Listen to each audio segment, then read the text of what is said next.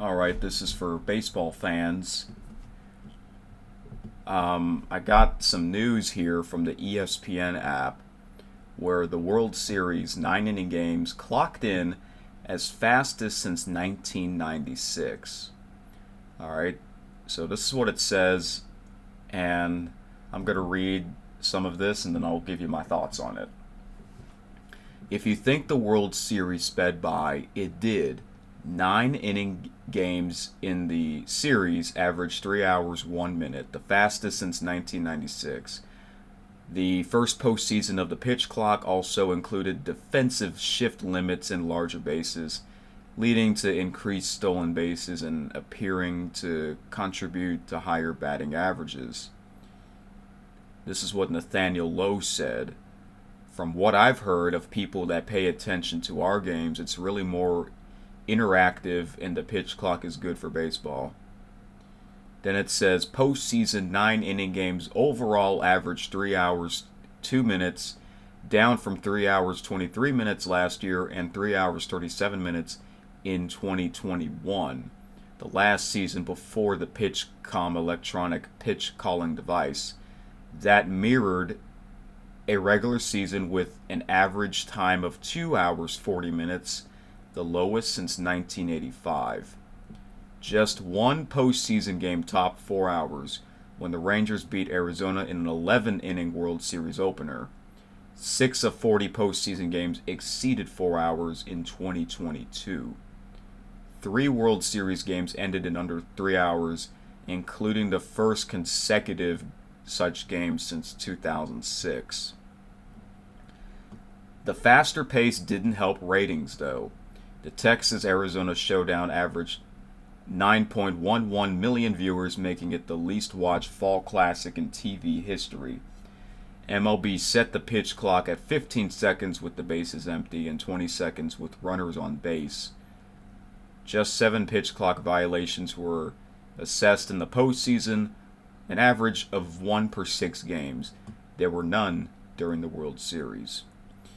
Baseball Commissioner Rob Manfred resisted calls from some players to extend the clock in the postseason. So this is what the commissioner said. I think we made the right call. The concept, and it was really owners more than anybody else, of playing the way we played all year is a really important one. And I'm glad it doesn't seem to have had a impact on the outcome of any game. All right, now this is what Philadelphia pitcher Aaron Nola said. The pitch clock took the pitchers, and I think a lot of guys time to adjust over the course of the season, and especially in playoff games. Obviously, everything is a little bit more heightened, and the stakes are a little bit higher than the regular season. Manfred said no major rule changes are planned for 2024. He wants to give at least another year before considering more innovations. Bruce Bochy said, I love the pace of the game right now. I don't think it's gone too fast. Alright, and that's it. That's the article. So, let's talk about this. I'm going to give you my thoughts on it.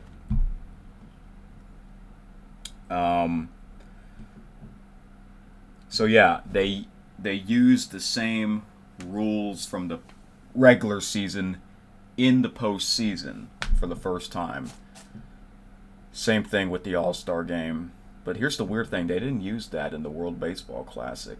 They did not use any of those new rules during the World Baseball Classic, and that was this year. But that was during spring training. So that's why they didn't use it. Because, the spring training games don't count, so they were using that to get the players used to it. All right. So, let's see here. What do I want to talk about? Okay, first thing here. So the game averaged 3 hours 2 minutes, down from 3 hours 23 minutes last year and 3 hours 37 minutes in 2021. So 35 minutes shorter from 2 years ago and 21 minutes from last year. That might be a big difference. I think it is. But think about it. It's only what 20 to 30 minutes shorter. Do you know how fast 20 to 30 minutes goes by? You know? See, I used to be a big fan of this league. I first started watching it 10 years ago. And yeah, there were games that were long, there were games that were shorter, but that's just the way it is. You know why? Because there's no time limit. It's not like football, basketball, or hockey where there's a time limit. Periods, quarters, you know? Baseball doesn't have that. So that's why they can take their time. Okay, it's like tennis. If you watch tennis, there's no time limit. You have to win you know, you got to win a certain amount of sets, a certain amount of games in each set, which it's 6 games in each set, right? So sometimes a set can be over an hour, and sometimes a set can be only 30 minutes, you know, if it's like a blowout, you know. All right. So let's see here. The next thing. Oh, yeah. It said that this was the least watched World Series ever in TV history. The reason for that is because this was the most unexpected World Series matchup. It looked like it was going to be a rematch from last year's World Series between the Houston Astros and the Philadelphia Phillies. If that was the World Series again, that would have gotten a lot more viewers. Mainly because a lot of people don't like the Houston Astros ever since that cheating thing that happened a couple of years ago. And there's a lot of Phillies fans all over the country. Phillies are a popular team. Arizona Diamondbacks, Texas Rangers, they're not that popular. Only in the state, but outside of the states, no, they're not. Okay? Now, this was also a totally different postseason, not because of the rule changes, but you got teams that are really popular that aren't in it. No Yankees, no Red Sox, no Cubs, no Cardinals. None of them were in it. Those are really popular teams. No San Francisco Giants, you know. And you got, you got teams that haven't made it in years, like Arizona, Miami, Texas, Minnesota, Baltimore. That's why it's a totally different postseason, because you got teams that haven't been in it in years. And you know what? I like that because it's nice to see different teams in it for once, for a change. I think y'all would agree with me on that. But I will be honest, I did not watch much of the World Series because this might have been the first World Series where I actually did not care which team wins. But I did watch the end of it. But congratulations to the Texas Rangers. They deserve it. Undefeated on the road in the postseason. What are they, 11-0? And that's perfect for them that they won it, because not only because they never won it before, and next year they'll be hosting the Home Run Derby and the All-Star Game. When's the last time that happened, where a team wins the World Series and then they host the All-Star Game the following year? Must have been a long time since that has last happened. Now, the pitch clock. It says that it's 15 seconds with the bases empty and 20 seconds with runners on base. It should be 20 seconds every time. It's only a 5-second difference. Do you know how fast 5 seconds goes by? 1, 2, 3, 4, 5. Oh, that's it. I think the pitch clock is a little bit too fast. It should be 20 seconds each time. It should be.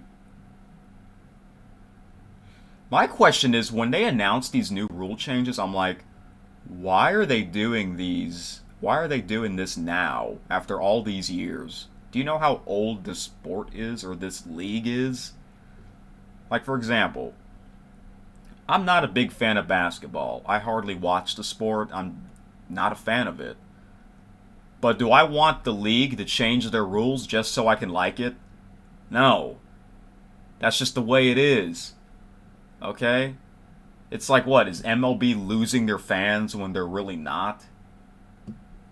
I don't know. It's this commissioner's weird. Rob Manfred has always been a weird guy. I will say this though, the only thing that he did good was many years ago, the All-Star game, whatever league wins the All-Star game, they would get home field advantage in the World Series. I know that was such a stupid idea. But Rob Manfred got rid of that rule. So that is one great thing that he did. He got rid of that crap. But the All-Star game has kind of become a joke the past couple years because of those ugly uniforms that they wear. I know. And I can't watch the game. If they're wearing ugly uniforms, I'm switching the radio. Speaking of radio, a lot of the postseason games I listen to on the radio because their announcers are better than the TV announcers. That's just my opinion. So, let's see here. Next here. He said that Commissioner says no major rule changes are planned for 2024. Okay, what about the robot umpires? Because that is something that they've been discussing for a while. Meaning they'll get every call correct. They'll get the balls and strikes correct, you know. Do I want that? No, I don't actually, because that kind of takes the fun away from the game. I don't know, maybe they'll try that in minor league next year, and then they'll have it in the major leagues the year after that. They did that with the minor leagues last year with the pitch clock and all that. They tried that last year, and that's how the major leagues got to do it this year. The one rule that I hate the most is the ghost runner in extra innings. Yeah, the runner starts on second base in the 10th inning. They still have that rule in the regular season. But guess what? They did not have that in the postseason. Yeah, there was only one postseason game this year that went into extra innings. It was that 4-hour game in World Series Game 1. Like, when it went to extra innings, I was asking myself, are they really going to have the ghost runner? They actually didn't. They actually didn't. Why do they still have that rule after they're trying? Like, why keep that rule when you're trying to speed up the game anyway? It makes no sense. Please get rid of that rule. All the other changes I'm fine with. Get rid of that extra inning rule. I don't know anyone that likes that rule. That's the one thing I would get rid of. The rest of it, I'm okay with. Although I do think some games are a little bit too fast. I know, it's just... Now, baseball games are shorter. A lot of baseball games are shorter than NBA games. It's ridiculous.